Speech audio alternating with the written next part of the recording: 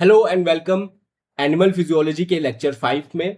आज हम बात करने वाले हैं हार्ट बीट की। हमने पिछले अपने लेक्चर में पढ़ा था कि हार्ट का स्ट्रक्चर कैसा होता है। आज हम उसका बहुत इंपॉर्टेंट पार्ट है जो फंक्शन है उसका बीट करना और जो हमारे ब्लड को पंप करना उसके बारे में पढ़ेंगे। क्या होता है कार्डिक साइकिल, उसे डिटेल में स्टडी करेंगे। ठीक है, हार्ट बीट करता क्यों है एक कार्डिक साइकिल को कंप्लीट करने के लिए।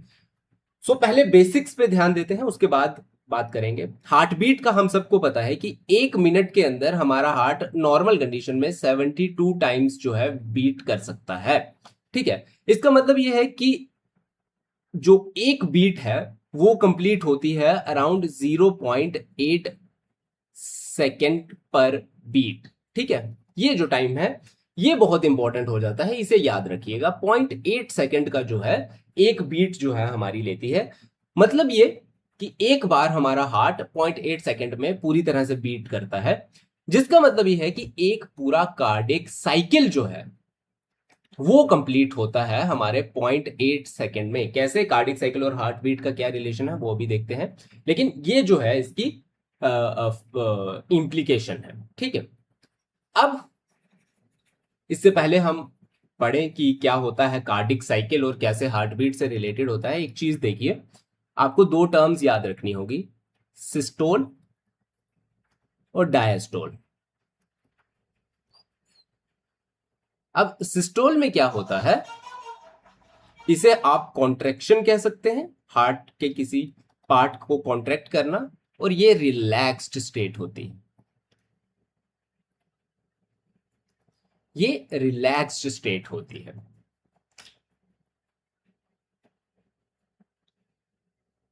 अब हम देखते हैं कार्डिक साइकिल को। इस हार्ट की डायग्राम को साथ में रखना बहुत इंपॉर्टेंट है क्योंकि यहीं से हम सारी चीजें समझेंगे। ठीक है, अब हम देखते हैं कार्डिक साइकिल को। कार्डिक साइकिल को पढ़ने के लिए हम पहले एक चीज, एक इंपॉर्टेंट, देखो इसे इस तरह से ड्रॉ कर रहा हूं मैं। ठीक है, एक सर्कल, ये दूसरा सर्कल मैंने बनाया उसके साथ। ये थोड़ा सा खराब हो गया, इसको मुझे सेट करना पड़ेगा। ठीक है, और इसके अंदर एक और सर्कल बनाना पड़ेगा। क्यों बना रहे हैं हम इतने सर्कल, ये अभी मैं आपको बताऊंगा। ठीक है, अब जो है हम इसे डिवाइड करेंगे।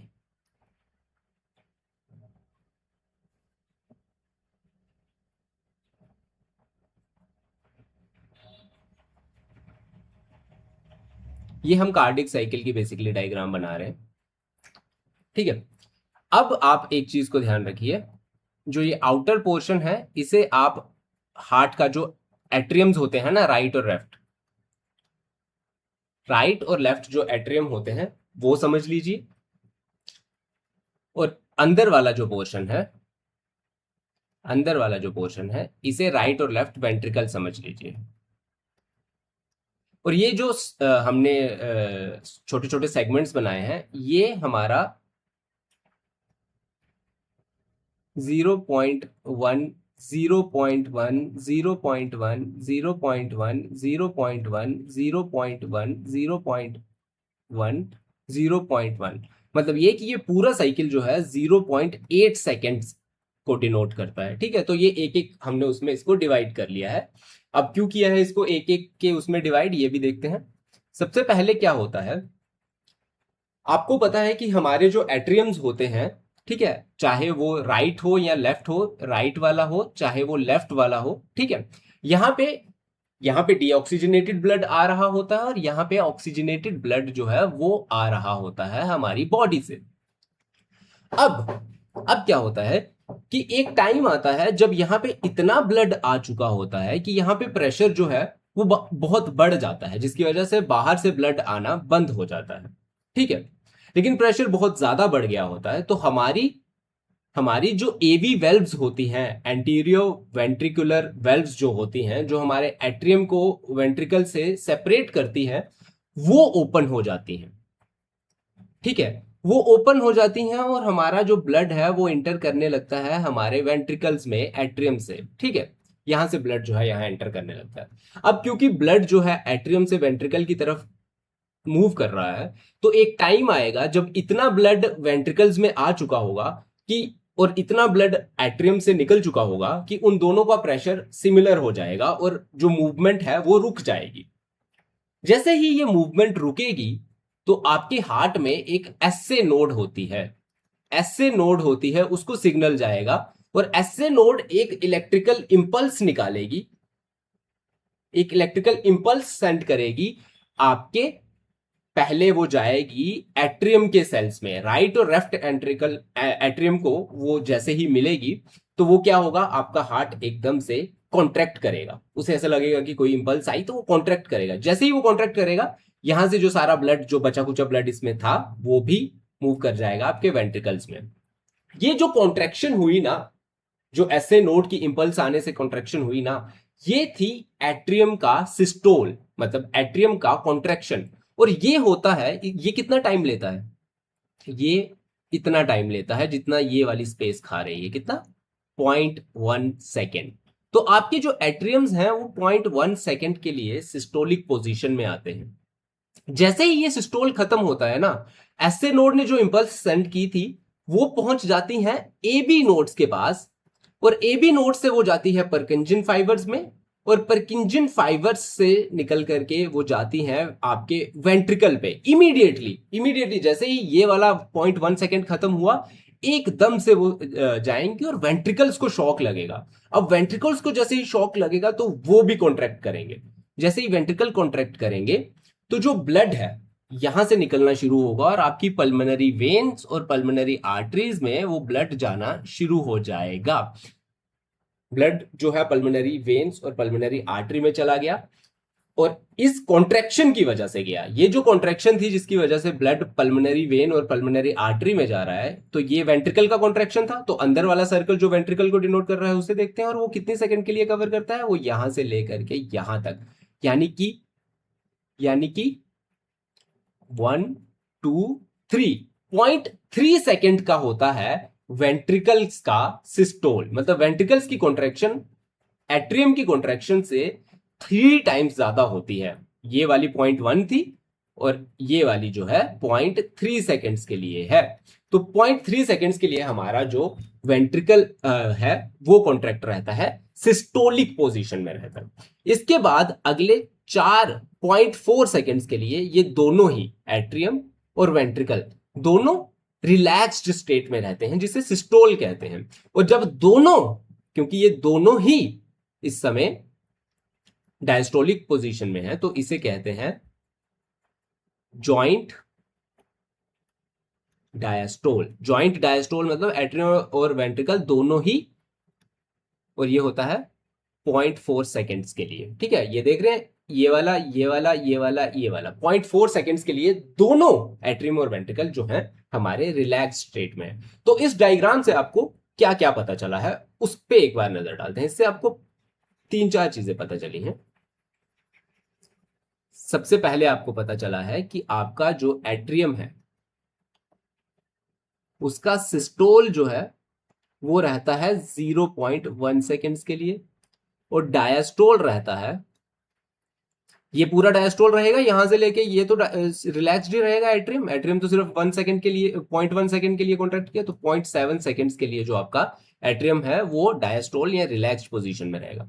अब हम वेंट्रिकल के सिस्टोल की बात करें तो हमने देखा 0.3 सेकेंड्स के लिए वो कॉन्ट्रैक्ट रहा, और वेंट्रिकुलर डायस्टोल की बात करें तो ये रहेगा, आप देख सकते हैं 1 2 3 4 5, यानी कि 0.5 सेकेंड्स के लिए। तो ये बहुत इंपॉर्टेंट फाइंडिंग हो जाती है हमारी कार्डिक साइकिल से। यहां से हमें पता चल गया कि हमारा जो कार्डिक साइकिल है उसमें कौन सा पार्ट कितने टाइम के लिए हमारे हार्ट का कॉन्ट्रैक्ट रहता है और कौन सा पार्ट कितने टाइम के लिए रिलैक्स्ड रहता है। इससे क्वेश्चंस जो हैं वो बार बार पूछे जाते हैं। तो कार्डिक साइकिल की ये जो डायग्राम है ये बाय हार्ट आपको लर्न कर लेनी है। चलो moving on to the next part. अब आपको कार्डिक साइकिल तो पता चल गया, लेकिन कुछ चीजें अभी भी मिसिंग है। वो क्या है? आपने बहुत बार पढ़ा है कि हमारा हार्ट जो है वो कुछ साउंड्स करता है।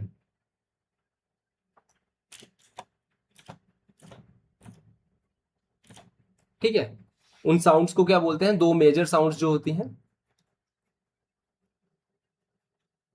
लब और डीयूबी, डब, ये दो साउंड्स होती हैं। अब लब की साउंड कहां से आती है? ये साउंड हार्ट बीट के दौरान आती कहां से?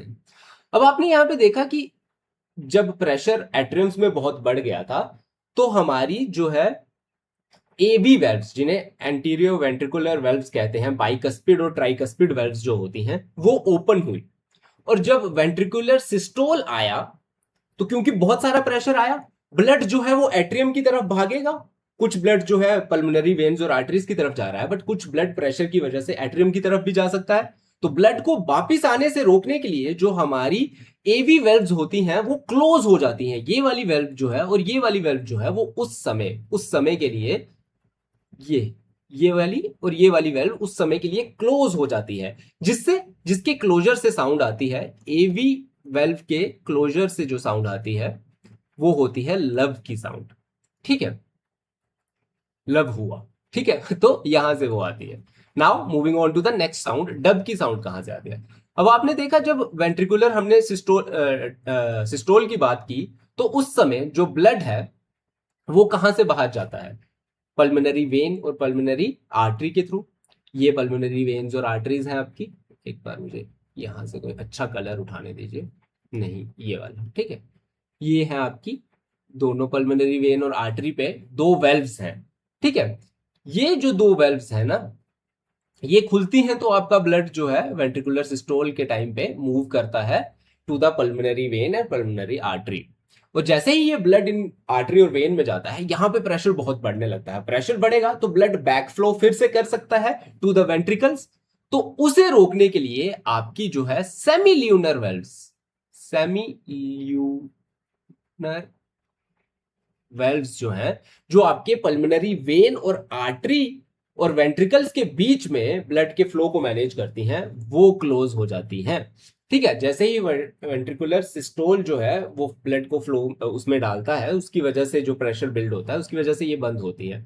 तो इन दो साउंड से हमें पता चलता है कि हमारा जो हार्ट बीट है वो कंप्लीट हो चुकी है, एक साइकिल कंप्लीट कर चुकी है वो। ठीक है, तो यहां से आती है लव और डव की साउंड।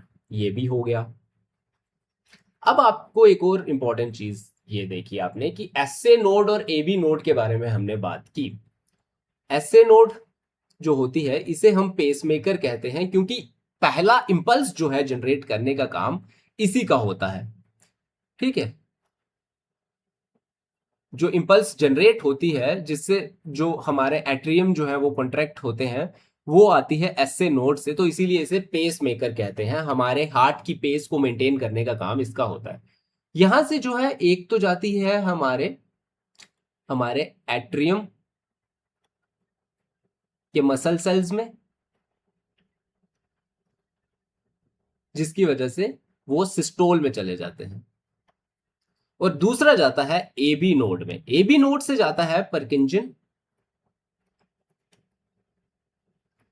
फाइबर्स में, और यहां से जाता है वेंट्रिकल के मसल सेल्स में।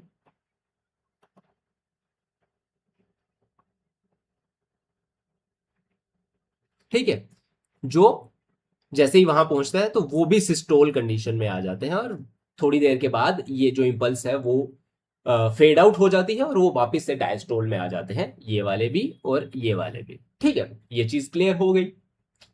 अब आपको पिछले लेक्चर में मैंने बताया था मायोजेनिक हार्ट। मायोजेनिक हार्ट वो होते हैं जिसको नर्वस सिस्टम की जरूरत नहीं होती है ऑपरेट करने के लिए। हमारा ह्यूमंस का हार्ट जो है वो मायोजेनिक है। तो ऐसे नोड खुद ही से जो है इंपल्स जनरेट करता है, और खुद ही से ये जो पूरा हमारे हार्ट बीट का प्रोसेस है उसे मेंटेन करता है। लेकिन और इसे कहते हैं intrinsic regulation of heart beat. ठीक है, या intrinsic control of heart beat. लेकिन दो ये करता खुद से है सब कुछ, लेकिन यहां पे भी स्कोप है कि हमारा जो नर्वस सिस्टम है, जो हमारा नर्वस सिस्टम है वो इंटरफेयर तो कर सकता है। ठीक है, तो हमारे ब्रेन में ना एक होता है मेड्यूला एब्लोंगेटा। ये क्या करता है? ये हमारा एड्रेनलिन और एसिटाइल कोलिनेस्ट्रेज, ये दो एंजाइम्स होते हैं, इन्हें सिक्रीट कर सकता है। अब ये जो है, ये एसए नोड को इस तरह का सिग्नल देता है कि हमारा जो हार्ट बीट है वो डिक्रीज हो जाती है, और एड्रेनलिन के पास ऑप्शन होता है कि ये सिग्नल करे एसए नोड को और हमारी हार्ट बीट को इंक्रीज करवा दे। वो कहते हैं ना एड्रेनलिन रश, वो हमारा मेड्यूला एब्लोंगेटा करता है। एकदम तुम्हारे दिमाग को कोई डर लगता है या कुछ ऐसी चीज दिखती है जिससे एकदम ऐसा हो जाता है कि अरे भाई ये क्या हो गया, ठीक है, तो एड्रेनलिन रिलीज होता है और आपका हार्ट बीट करना स्टार्ट कर देता है एकदम से, कहीं बंजी जंपिंग कर रहे हैं। तो वो ऐसे नोड खुद से नहीं कर सकता है। इस तरह से आपकी हार्ट बीट को एकदम से इंक्रीज करना, मतलब उसके फंक्शन को इन्फ्लुएंस करने का काम मेड्यूला एब्लोंगेटा एड्रेनलिन रिलीज करके करता है, और उसे अगर किसी सिचुएशन में उसे डिक्रीज करना है तो एसिटाइल कोलिनेस्टरेज रिलीज करके आपके उस चीज को डिक्रीज कर देगा। अब क्योंकि ये बाहर से इंफ्लुएंस आ रहा है तो इसे हम एक्सट्रेंसिक, हमने पढ़ा ना पहले, जो खुद से कंट्रोल करता है वो इंट्रेंसिक है, ये एक्सट्रेंसिक जो कंट्रोल है वो हमारा मेड्यूला एब्लोंगेटा करता है। इसके साथ साथ एक और बहुत इंपॉर्टेंट चीज है वो भी कंट्रोल कर सकती है, वो है हमारे कुछ हार्मोन्स जैसे थायरॉक्सिन, एपिनेफ्रिन और ये non epinephrine. Under different conditions ये जो तीनों है ना, ये हार्ट बीट को इंक्रीज करवा सकते हैं, कुछ ऐसा सिग्नल देके हार्ट बीट को इंक्रीज करवा सकते हैं ऐसे नोड की मदद से। तो ये भी हमारा एक्सट्रेंसिक कंट्रोल जो है वो आ जाता है। तो इस तरह से ऐसे नोड जो खुद को, मायोजेनिक हार्ट का एक पार्ट है जो खुद को कंट्रोल करता है, उसे बाहर से भी कुछ जो हमारे फैक्टर्स हैं वो कंट्रोल कर सकते हैं। कैसे कर सकते हैं वो हमने देखा। तो इस तरह से जो हमारा हार्ट बीट का जो टॉपिक था वो कंप्लीट हो जाता है। अगले टॉपिक में हम ब्लड प्रेशर के बारे में बात करेंगे, कैसे ब्लड प्रेशर को मेंटेन किया जाता है उसके बारे में बात करेंगे, और उसके अगले टॉपिक में हम बात करेंगे एक्शन पोटेंशियल की, जो कि बहुत इंपॉर्टेंट टॉपिक है। उससे भी क्वेश्चन बहुत बार हार्ट का जो है, हार्ट से रिलेटेड आता है और बहुत कॉम्प्लिकेटेड भी है, तो उसे समझना भी बहुत जरूरी हो जाता है, इसलिए सेपरेट टॉपिक उसको रखेंगे। तो अगर अभी तक आपने इस पेज को सब्सक्राइब नहीं किया है, इस चैनल को, तो प्लीज सब्सक्राइब कीजिए, कमेंट्स कीजिए, अपने दोस्तों के साथ शेयर कीजिए, बिकॉज अदरवाइज क्या होगा कि थोड़े टाइम के बाद मेरी मोटिवेशन चली जाएगी वीडियोस बनाने के लिए। और भी आपके दिमाग में कोई अगर प्रॉब्लम्स आपको लग रही हैं, हो रही हैं, तो वो आप जरूर मेरे साथ शेयर कर सकते हैं। मेरा इंस्टा भी आपके पास लिंक नीचे मिल जाएगा आपको डिस्क्रिप्शन में, तो वहां पे भी मुझे फॉलो कर लीजिए।